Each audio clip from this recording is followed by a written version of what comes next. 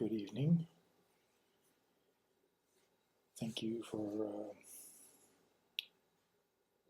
coming back and supporting this channel. So tonight I want to acknowledge some independent journalists and independent news agencies that have been covering the Gaza genocide for a long time. Some of them from the very beginning, and others, I may be mistaken about this, but they seem to have been inspired by other more anchored news agencies like Democracy Now! And the Electronic Intifada and Al Jazeera to surface and become like a branch of real journalism with standards and research and keeping their biases behind healthy borders and delivering emotion, not just the news. And so it's good. It's good to have a combination of focused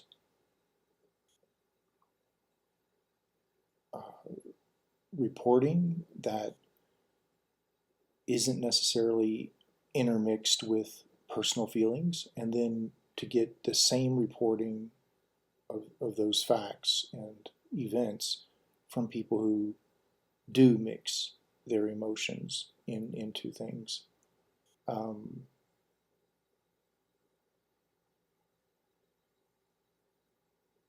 It shows you, I think, that you have permission to express those things out loud if need be. And there are people who can model that and be an inspiration. So a few of the sources that I go to on a regular basis. In the early days, it was Democracy Now! And Al Jazeera and the Electronic Intifada. Those were like a triad of touchstones and reliable sources to give me facts on the ground. And there were also Palestinian journalists that Al Jazeera would link up with, always different ones, because Israel was targeting them. And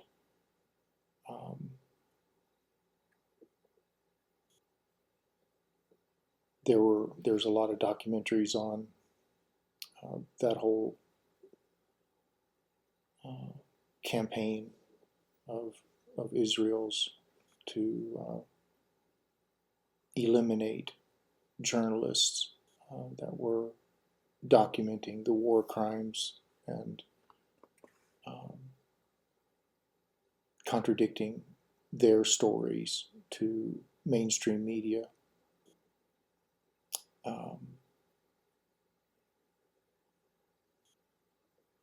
So a few of the people, Richard Medhurst, Katie Halper, Mahmoud O.D. So the capital O and the D may be an abbreviation for the rest of his name. I haven't dug deep into that. I've been mainly focused on his reporting and, his first name. And Dmitry Laskaris. And I've already mentioned the Electronic Intifada. there are four main people there. Nora comes to mind.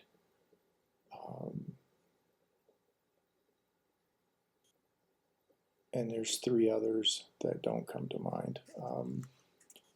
It's late, and I have a lot of things to talk about tonight. But the reason I say that there are these four, they each specialize oftentimes in focusing on particular issues and categories of the genocide that's happening there. And incredible group of human beings. Double Down News, and of course Democracy Now! And then there's another one, Janta Ka Reporter, Janta, and then Ka, Ka, Reporter. He's on YouTube. And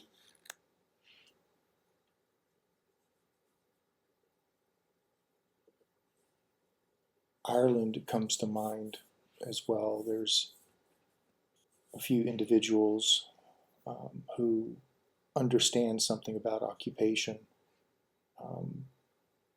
The UK still occupies part of Northern Ireland. And if you go back through history and research what Britain did to Ireland, it's also another genocide in a sense.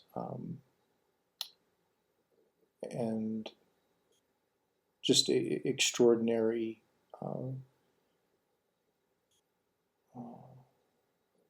barbarism of morality.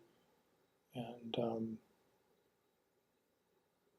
so the Irish, they understand the Palestinian situation deeply. They empathize immediately. Like there's a cultural organ for that, like a chamber in the heart that has formed through centuries of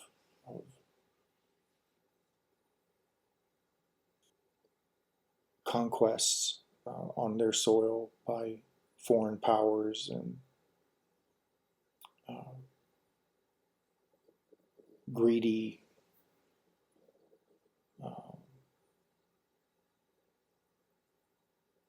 patriarchal power structures with nothing else better to do at home than destroy other people's homes.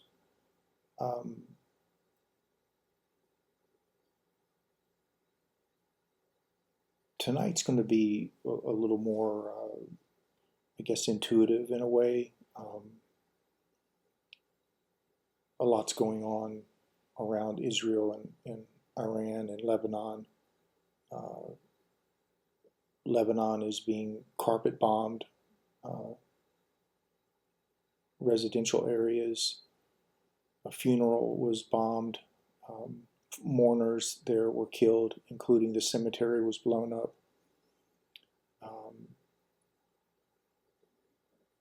That's something Israel also does as a form of collective punishment to the Palestinians. They will take away the dead and keep them, and destroy, bulldoze cemeteries. And the atrocities don't stop with the living. That's the extraordinary level of degradation that things have come to with a militant cult that has been left alone in relative isolation as far as there being any kind of real enforceable democratic humanitarian body of citizenry or world law to keep them in check.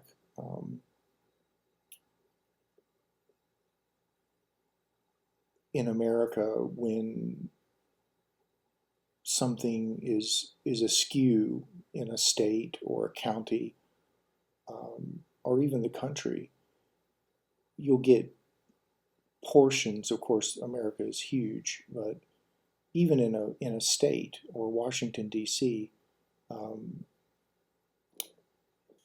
you'll still get blowback and lone wolves that will come out of their holes, heavily armed and ready to meet St. Peter on a whim. And if there's a shift or a crime, or they get worked up by someone in power, or even an event like a police brutality, homicide, they can go on rampages, burn neighborhoods, destroy, and resist their government, their police department, their officials even. And in Israel, that's not really the case. I mean, there's small demonstrations and protests, but ultimately, about, I would say, 80% of the population vehemently supports the Gaza genocide, and the other 20%, although they protest and have their independent YouTube channels, their impact is, I guess you could say, it's a more of a soft protest versus like January 6th or some kind of organized militia, which we have a lot of those in the United States as well.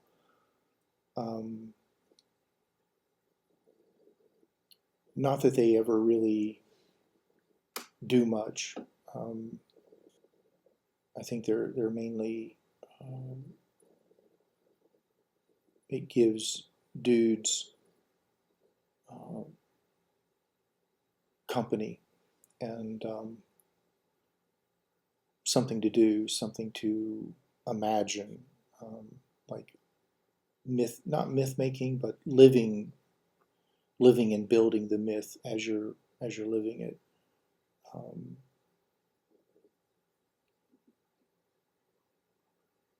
So who knows? Not to belittle the militias by any stretch of the imagination, just that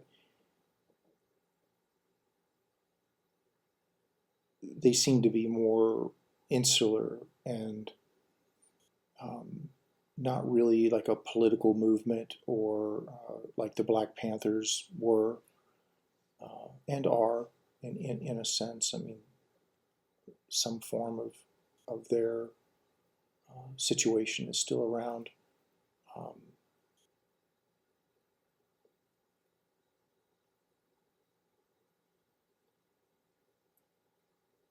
So, and of course, they're not really comparable, because I'm just saying that as far as militias go that have a purpose, and actually work in influencing policies and public perception and things like that, the Black Panthers is probably one of the the only militias that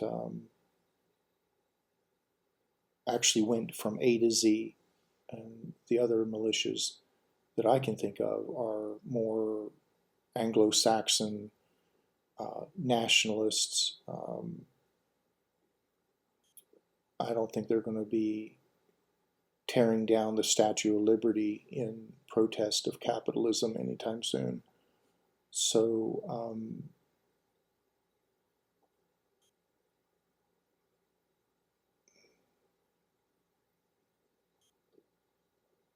tonight, again, it's more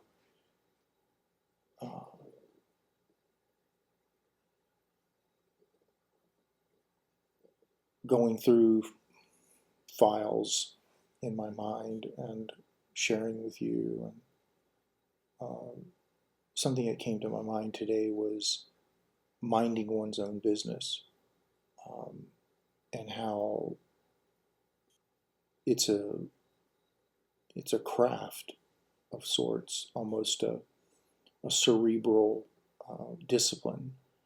And I mean, you could use the phrase loosely art form, but that sounds a bit too romantic, because it's serious business. It's dire, not to be fooled around with.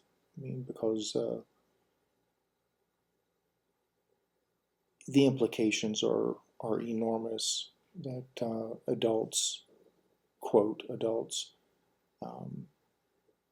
simply don't know how to do it. It has to be taught. It's a discipline, and you have to develop filters that are out in front of your emotions, and which are quicker than the mind. So it's a razor's edge of it's almost like you have to get outside of yourself with a long laundry list of things to check off before you engage someone's business.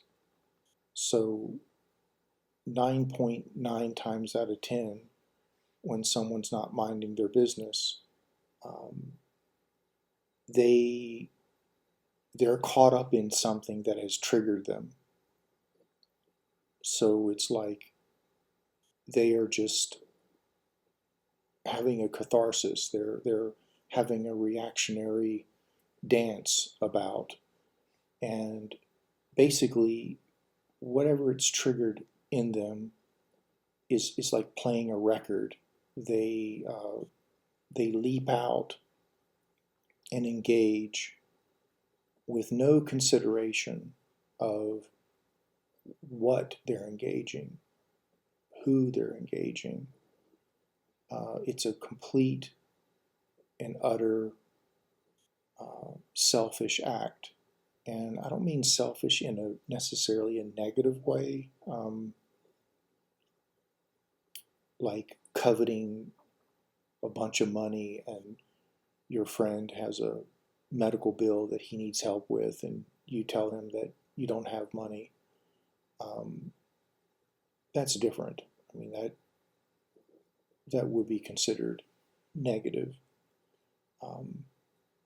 And even though the friend might believe you, I think intonation of voice and eye contact and body language and all that gets perceived.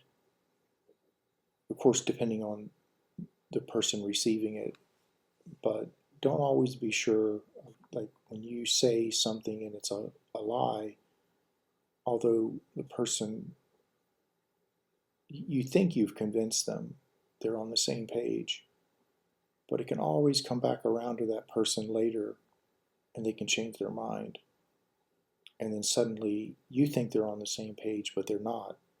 So you never know how that's going to show up later via that person, and other things that are connected to how lies and exaggerations compound and invite things in. So this minding of one's own business is another mental health issue where like the collective masculine or the patriarchy in the United States is as far as government is concerned, and the CIA and branches of black op things that they're doing around the world and at home. It is a cesspool of men who have not grown up and they're just bored, and they have, for some reason, permission to do whatever they want to do, whether it's experiment on quote volunteers or assassinate and pull down governments, embezzle natural resources from those governments, get them in a double bind, and have them doing involuntary quid pro quo exchanges. It's a dubious, very demonic situation, and these organizations were ultimately invented by corporations who needed things done that they didn't want on the books. So if a big corporation, let's say ExxonMobil, was having problems with villagers in some faraway jungle community, protesting and destroying their equipment, going to the local government, then you might see an Anglo-Saxon skulking around in a canoe one late night. So it's a huge web of broken men, broken because they were broken as children and young teenagers, and they never grew up. They never learned to have their character be their priority. And of course, we don't live in a society where character is a priority. It's a consumption society, and which is a distraction and a kind of a coping mechanism for a void, feeling that something's missing. And a lot of times it's you're missing your own company, your own moral footing, and the project of building yourself. So when you have an empty house, you want to fill it up. And so that's what a lot of, the root of these things goes in 1,000 different directions.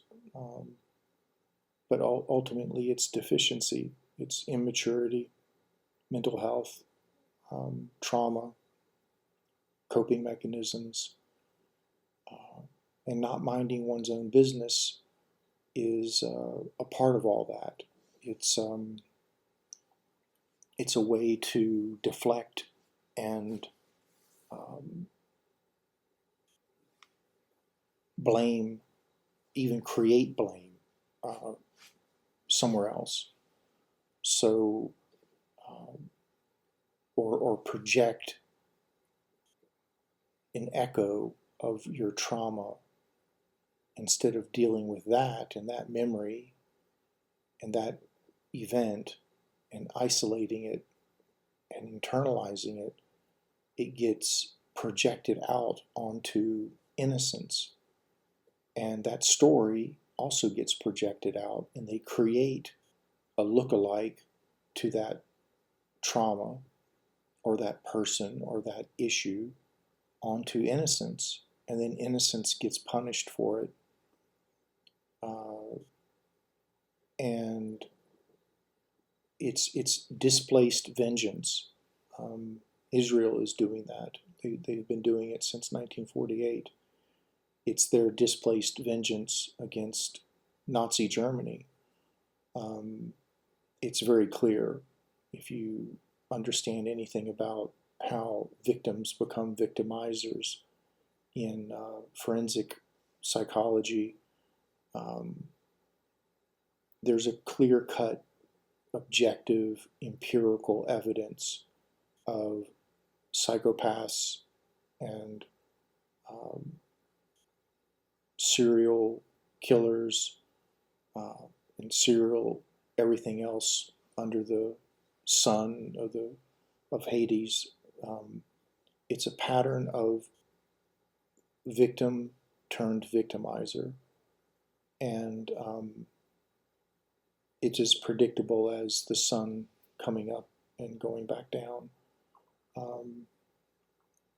As far as like a sequence of events, and then the final result of the predator hunting down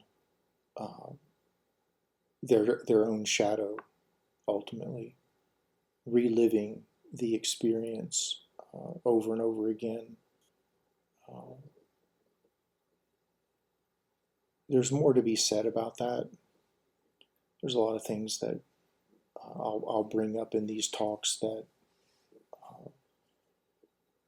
I don't have super long thoughts about, or I just want to get through a kind of a bullet list of things that have been on my mind today, and trying to be disciplined in trying to keep straight and not veer off too much into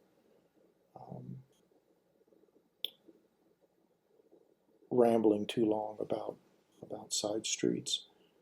So yeah, minding one's own business. It's permission is always good. Always ask permission. It sounds so simple, but it's almost impossible.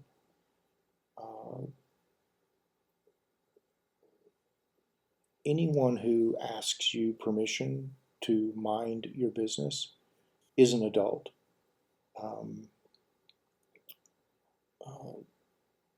Because it's not an automatic thing to do.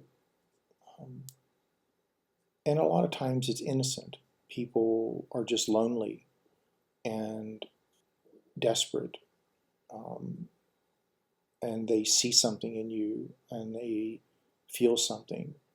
And it's a completely innocent breakage of one's boundaries. And you can feel it when someone, like I was at a lumber yard a couple weeks back, and a guy at the security shack, just out of the blue, he looked at me and said something like, "Do you believe that UFOs exist?" And of all people to ask, right? Me, because I've got a lot to say about UFOs and Bigfoot and skinwalkers and all that stuff.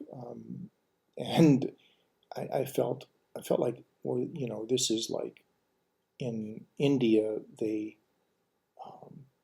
set out a dinner plate at the table at a seat that's empty, and some of them even have rooms for a deity. And another belief they have is often deities will disguise themselves as in human form and test people. So in this instance, I figured this is most certainly some galactic deity testing me through this guy that just he doesn't know me, and he just point blank asks, as he's checking me out of the lumber yard, about UFOs. And so we had a conversation about UFOs and Bigfoot. Instances like that, I think it's okay if someone breaks into your house because they're running away from a grizzly bear. Makes sense, right? So crossing boundaries isn't always someone dumping their dirty laundry at your doorstep. But when someone does do that, it's important to draw boundaries and not engage, and just oftentimes silence is the best conversation. Let things cool down, and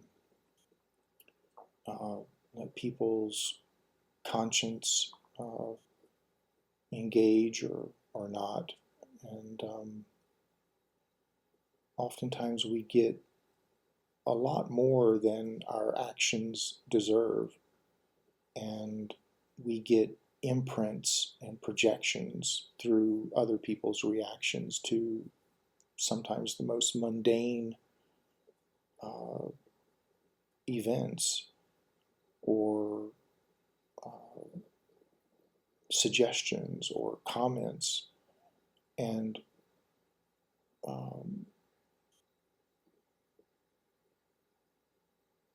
you just never know what sensitivities people have, and you trigger them, and suddenly you get a tirade of justifications, explanations, autobiographical quotes and defenses, and it gets litigious. It's almost like you're suddenly in court, and you have to choose your battles. You're being invited into a house that you didn't drive to. It just showed up in your front yard. And sometimes houses drive themselves right up to your house. Never mind everything that's in the yard that's now 1 inch tall that the house is sitting on. So it's a form of crossing a boundary, and a kind of psyche invasion, let's say, or psyche occupation. And it's desperation. There's material behind that, and the person is ultimately, in many ways, on autopilot. Again, there's it's self-expression, but in the wrong direction. So yeah, it's a vast subject, and I won't get too super deep into it tonight. But people, at least today, things that I see and hear, and examples of what happens to people who don't mind their business, they usually get punished, and that's kind of a primordial level of result. I mean, no one really learns anything from that. They just feel shame and hurt and more resentful, and just like the prison systems, and so hopefully in the future, adults, instead of doing something hurtful, like physically hurtful, or judging that person aggressively and violently for not minding their own business, there will be a more there will be more deliberation around that, more kind and empathetic. But it always just it very much depends on the receptivity of the person not minding their own business, because a lot of people who don't mind their own business, they are defensively offensive. So they're on the offense, and as soon as you defend yourself, they get defensive. And so it's like, well, you've got room in your trash can for my trash. Why don't you let me dump it in there? Uh, well, because I have a TV I'm going to throw away on Friday and it's Monday. You know, they don't know what you're up to, and they feel like they have, like somehow they have permission, or they they're more important than you, their time is more important than your time, or you deserve this, or um, who knows the thoughts that justify people's actions. Um, I know a few of them, but ultimately, you can't really have like 10 that fit everyone. I think it's a case by case situation. So think about it. Mind your own business.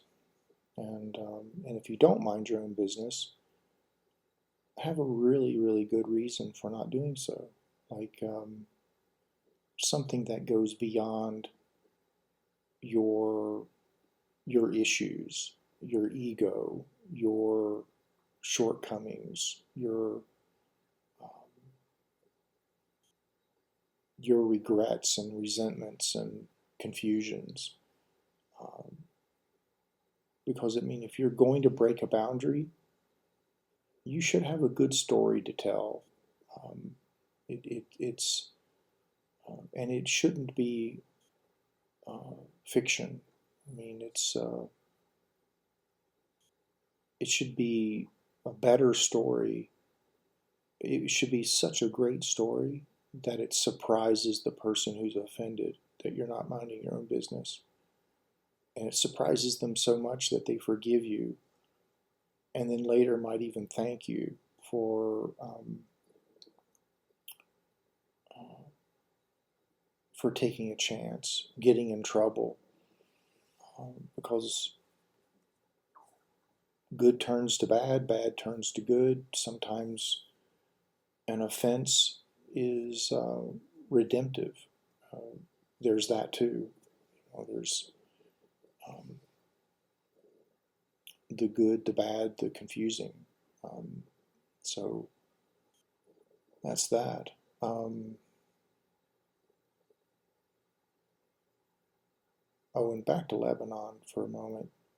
Uh, don't believe the mainstream media BS about Hezbollah hideouts and stuff. It's the same nonsense that the IDF and Netanyahu were telling the mainstream media about leveling 90% of Gaza, civilian structures, apartment buildings, universities, hospitals, um, public works, uh, desalination plants, industry, uh, bakeries, uh, mosques, archaeological sites or historical sites. Um, every carpet bomb that they did, they would say, "Oh, Hamas was there," or someone's uncle's, cousin's, niece's, nephew's brother was there, who knew Hamas 10 years ago, once removed from that person's aunt's uncle's cousin. So it's it's complete nonsense and propaganda that uh, Hezbollah cannot be everywhere, and neither can Hamas. I mean, Hamas in Gaza, there's about 30,000 members, and most of them are underground. And of course, that was another excuse that they were using. They were trying to bomb the tunnels. Well, you can't bomb those tunnels. They were built to withstand bombs. So that's also nonsense. You can affect the entrances, but the body of the tunnels, they're designed to not be destroyed from above. And that's why Hamas is still active in Gaza today, taking out tanks and bulldozers and platoons and etc. So, and the same thing for Hezbollah. They have tunnel systems, but they're much more deeply embedded in Lebanon than Hamas is in Gaza, so to speak, because Gaza has no landscape, has no mountains, and in Lebanon, Hezbollah is the mountain. I mean, they are a part of the landscape, and that's why Israel has never defeated Hezbollah. And they're also much more heavily armed and trained in guerrilla tactics and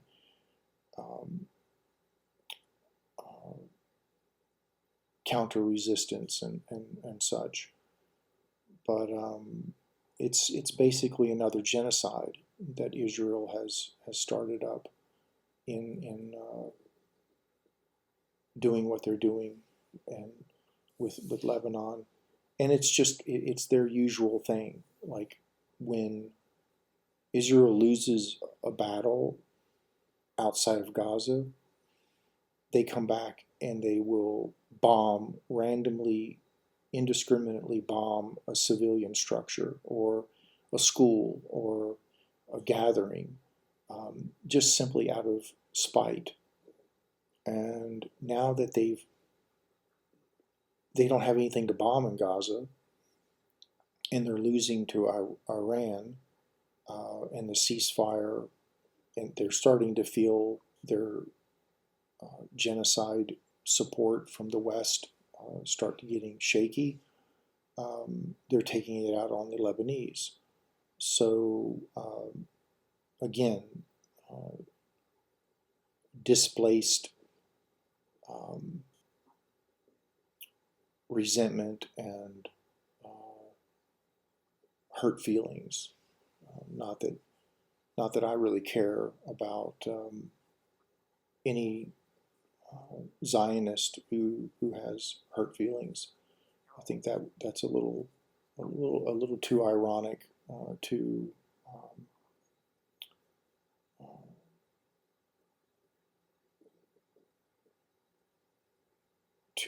take part in and even acknowledge as a real consideration.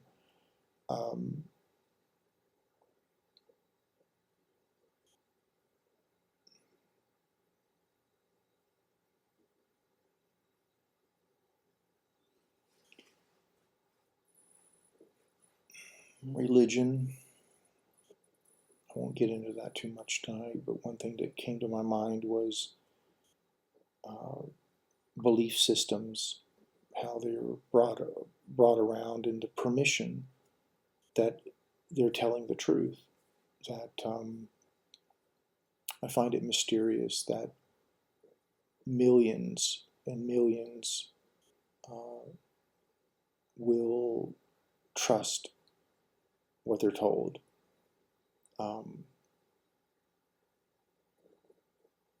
And I hope that within that trust, people also keep open minds and leave room for the mystery, for things that are outside the periphery of a routine, oftentimes closed circuit belief system that will often exile or keep at bay or keep away other aspects of life and experience. I think that's one of the great downfalls of religion is what it excludes.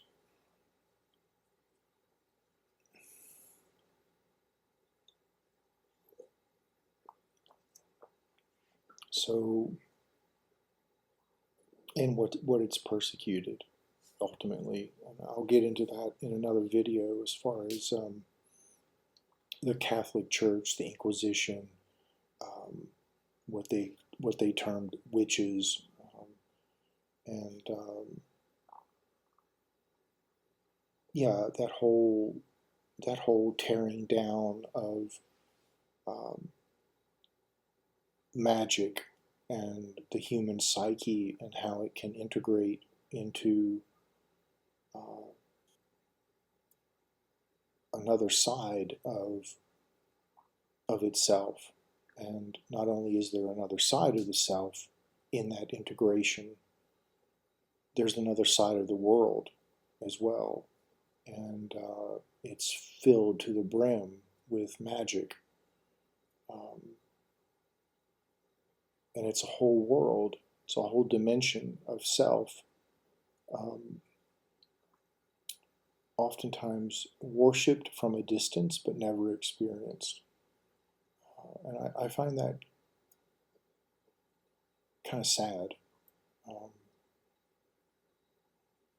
but also trust that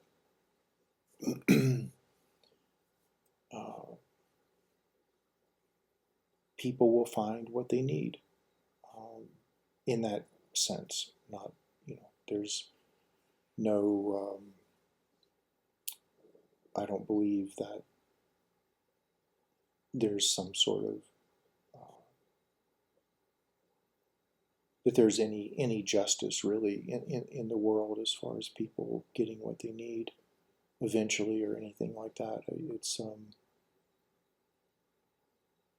but I mean internally, either on planet or off planet, I trust that people will, if they really need it, I trust that they'll get it one way or the other. It may not be while they're people, but somewhere, someplace, something, it'll come to them. So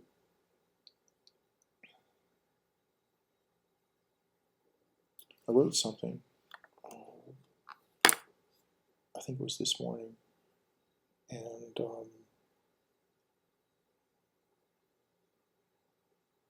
it's around Israel critiquing itself, and which I find another irony. There's a lot of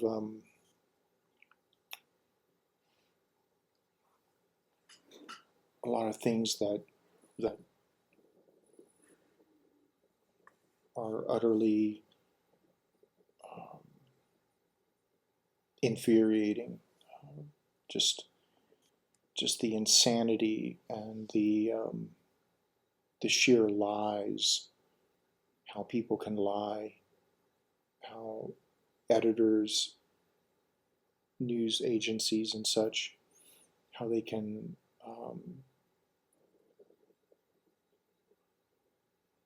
program it in, and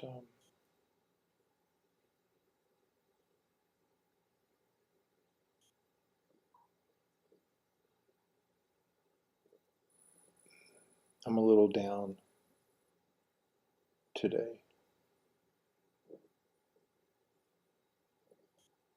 thinking about Lebanon and the ongoing situation at Gaza and all the lies and the dysfunction and what's at stake.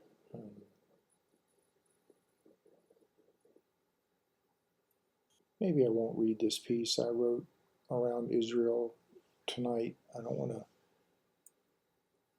to end on a zombie note.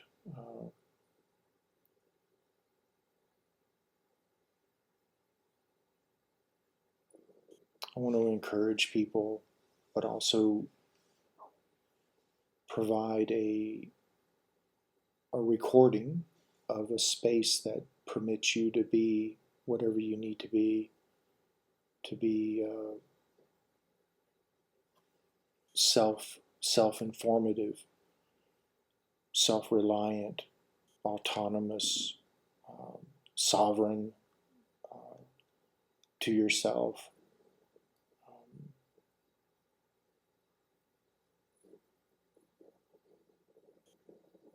Once you're sovereign to yourself, you can gauge other things. It's like nationalism is simply proof that you don't exist. I mean, on a fundamental, like mature way, don't exist. Like there's something missing internally, that you are an extremist on the outside because there's something very simple that's missing on the inside. And in some ways, okay, that I don't judge you for that, unless you argue a point that you've already lost in your deeds and actions, and you expect me to roll over, then yeah, I'll tell you the time of the day, around what that righteousness really is.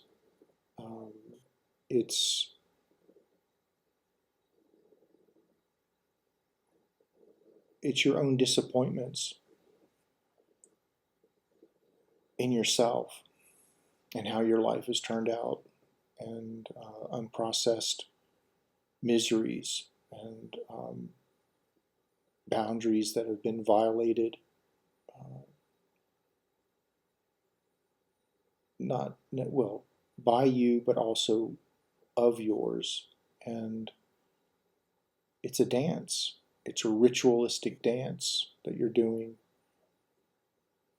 But the tragedy is that these catharsises that right wing and left, humans in general, they don't come with cliff notes. There's people spin out, trip out, wig out,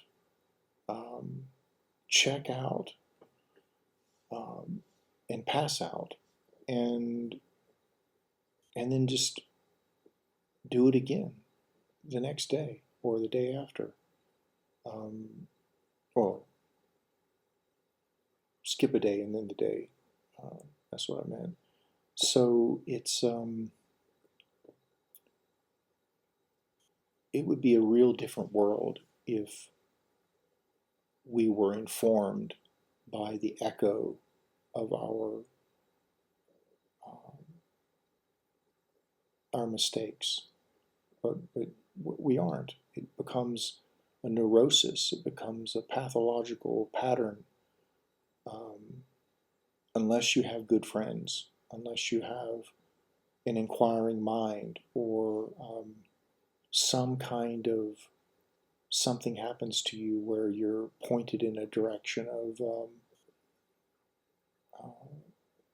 self-examination, and then you start reading and learning and get some tools and get to work. Otherwise, it's a vicious, redundant roundabout with no exit. You just parachute in flames and live in the fountain while cars go around and around. So I'll save this piece I wrote about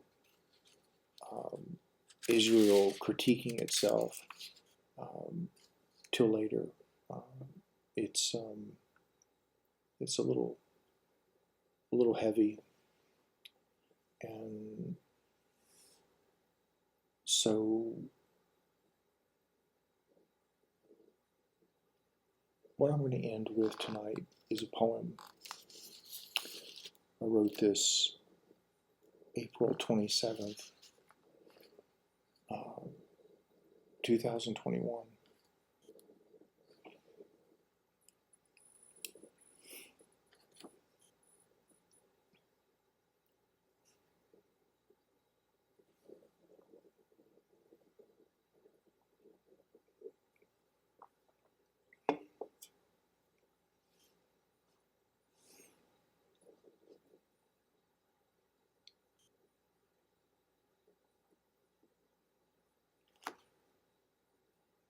Only morning, dawn lit and still, not a sound. Breath paused, and moment folding an envelope for an envelope in an envelope.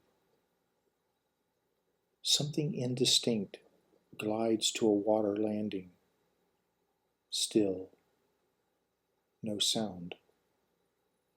Choices, moods, perceptions, emotion. Eyes closed to loosen opening again, like a key wearing a doorknob coat, in the weather of locking and unlocked. Hand to mouth to moonlight. Moonlight daydreaming, it's not from the sun. Quasar children, stellar cribs, plankton nurseries, and coral embryonic pulses. Orange-bellied salamander suspended in the memories of a weeping elderly heartbeat. His drum taunt, his body slack. Glass eyes do age, though cannot fatigue in sandstorms. Chilled onset to a standing position. Desire stepping forwards in time, wearing watches from wrist to shoulder. Time zones riding Ferris wheels of this too will pass. Yet memories do not. Whatever was is now permanently fixed as is, like a car you must fathom deeply about. Sense.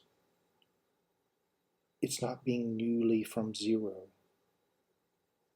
There's the mystery of what numerous dances is done, how, where, what durations, dance partners, music genre, and band member health, not to mention, by mentioning, the seance fingerprints of eons of ghostly backseat drivers who flit from one lot to another, testing the seats, the view, the headrest, locks, and cranial bumps hidden in the forest of the owner's attempts to individuate from projecting soothsayer, wraith, clan paralysis. Eyes on the road. The sunwalker has tossed them away. He's chosen to carry the granules belonging to his childhood shore footprints in front of his thoughts as filters now. Innocence finds them tinkling against one another in a gutter after a heavy downpour, in deep, deep in an alley bright and botanicalized. She's seen stooping down with one gripped between thumb and forefinger, with no idea as to what they actually are, about to break a triangle of smaller marbles. From what was once wrought glass status, proper presentability, balanced look-lights, and dignity idling by looking real from afar, they are now millionaire breakers, a game changer within a score that has no mind on winning or losing, just the wanton joy of watching where planets will go once over a black hole's its my nature horizon. How they flatten like mailed balloons, so to inflate again at the end of beginning's lungs.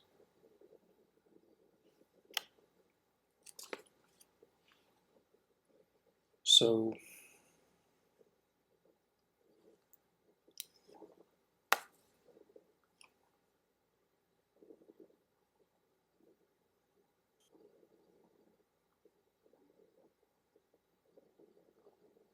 I'm going to call it a night on this video, and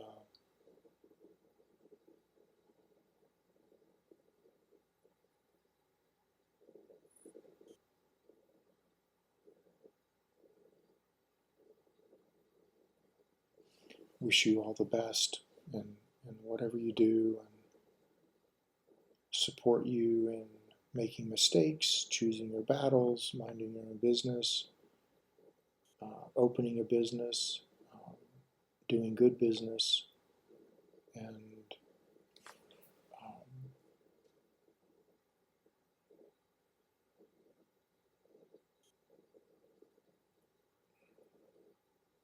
sharing yourself with the world however you can.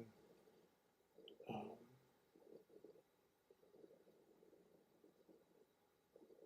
Send some long distance love to the Middle East and America too. America uh, is in bad shape. It's always been in bad shape. We've just had more profound distractions and thicker curtains in the past. The curtains are transparent these days, and they cannot be um, made opaque. Uh, it's something to do with evolution that it's like Israel will never be able to go back to what it was. It's gone. I mean, its protective status is absolutely gone. And the same thing goes for the West, for America. America is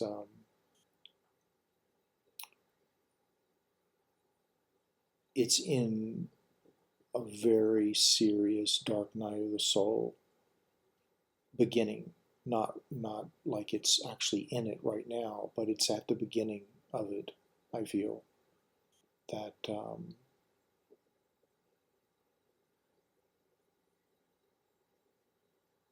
a lot something a lot of Americans don't know, and that is that Iran dedicated a lot of their ballistic missiles to the terrible things that America has done around the world to the victims, like the American Indians, the Africans. Um,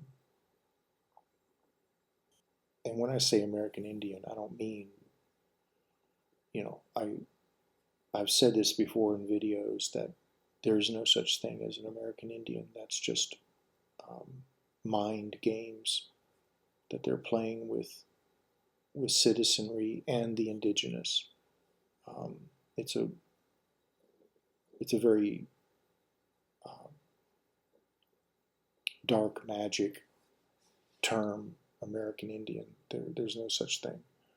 So they've dedicated these missiles they're dropping on military assets around the region to the victims of Israel and the American colonizer history, and also the victims of Epstein and his whole cabal of inhuman entities. Um, so try not to hurt anybody. Try not to hurt your own feelings.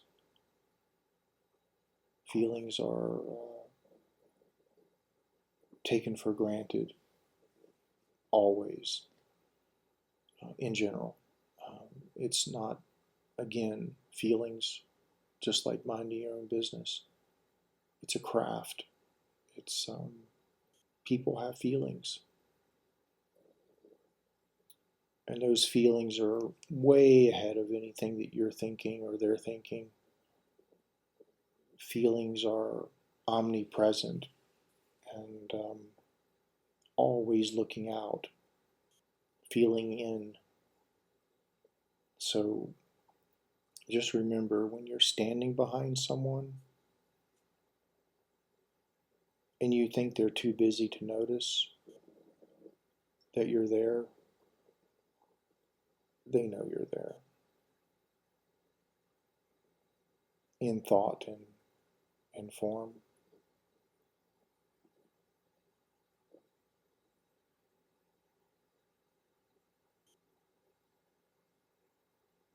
Thank you, and good night.